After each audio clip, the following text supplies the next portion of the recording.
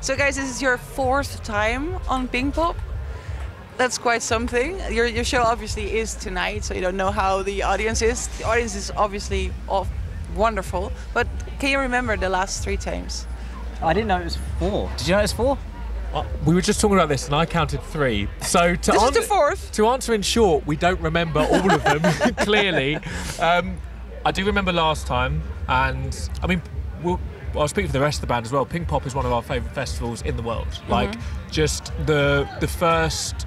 It was one of the first festivals we played in the Netherlands, and it felt like there was a real connection here. So to be so far up on the bill was pretty surprising and incredible for us. So yeah, we just can't wait to get out there and play now. Yeah, well, I don't think it's so surprising. Lots of hits here, lots of wonderful performances. Also at other festivals, Lowlands, I can remember. That was awesome. So one of the things that's so special, I think, is Impossible, the orchestral version. It's such a hit in Holland still. Do you know the top 2000 that we have on our radio station? It's on place number 58.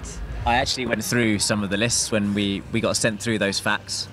I'll be honest with you, there are a lot of better songs after our song. I don't think it is number 57 really, but it is very nice that people voted for it. What do you think it is? Because obviously the song is great, the orchestral feeling is great, but it touches people.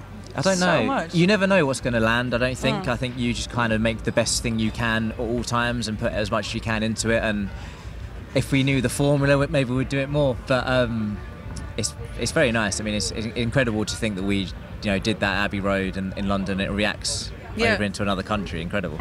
It must be amazing when you actually play it, that you see the connection it makes with the audience. Absolutely. Obviously. Yeah. And it makes me think of another song, because you know that this is obviously not Amsterdam, where we are right now, but do you know how many foreign artists actually come up stage to say, "Hello, Amsterdam"? It's kind of a gimmick here, but knowing that you have a song called Amsterdam, you can actually try it. Yeah, I mean, we've had the fortune of touring all over your beautiful country, and we're aware of a few more cities other than Amsterdam. But Justin Bieber did it years ago. I can believe that, but I've also been told that Americans aren't the biggest geography fans in the world, so it doesn't surprise me. Denmark, is that the capital of... Yeah, exactly, they're not sure. Also, I just realised that Bieber's Canadian, so I even got that wrong. Yeah, we got it. Okay, we can go now. Yeah. No. Okay, let's talk about the tour. It's a huge tour. Lots of big festivals. Are there, you don't have to flatter us, but are there festivals on that list that you're looking so much forward to, or just play? Yeah, I mean, this was...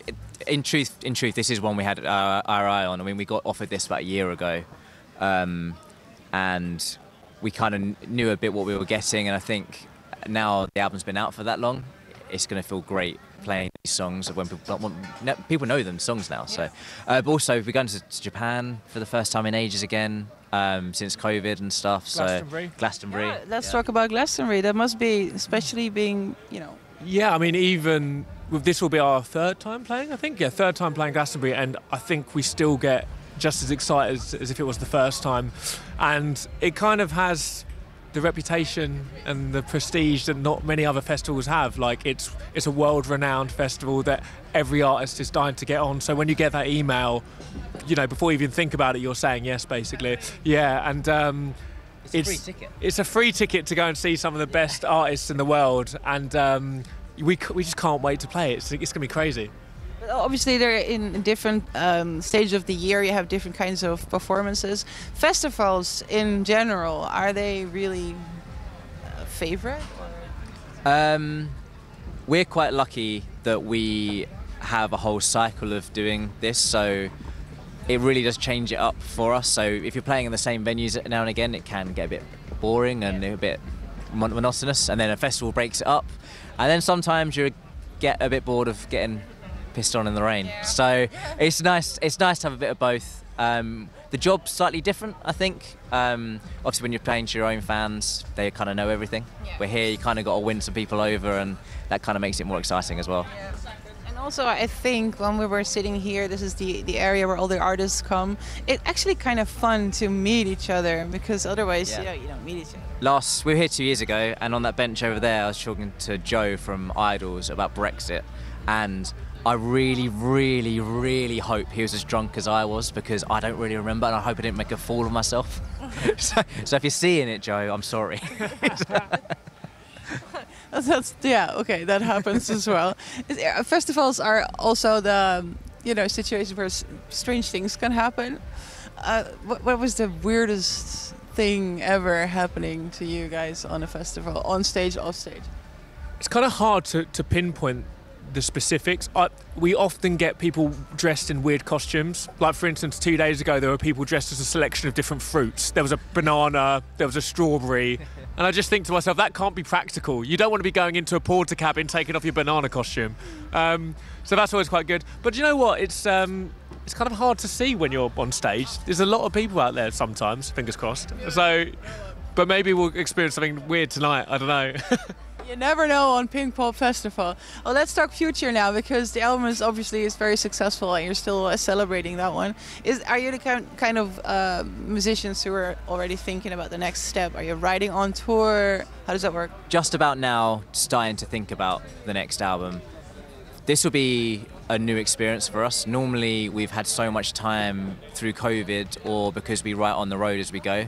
This time, we have written nothing, and I'm going to have a whole year off, or maybe a little longer, to write and record a record. So we're in kind of uncharted territory. So it might be a benefit, I don't know. New is normally good for us. If we have like a new experience, normally that bodes well, so we'll see. Yeah, maybe it just starts bubbling up now and thinking, then you know the time is right? I think that's it. And I think this album has showed us that we can be more daring with our creative process, and I think that's only quite, it's invigorating, and it's, like you say, it's bubbling away in the back of your mind of like what there are no limits, so what are we going to do next? And not having those limitations that you put on yourself is kind of why we do this. But I just feel like we're feeling that as a group more than ever. I'm happy to hear that. Well, thank you so much and have fun tonight. Thank you so much. Thanks, Abel. NPO Radio 2.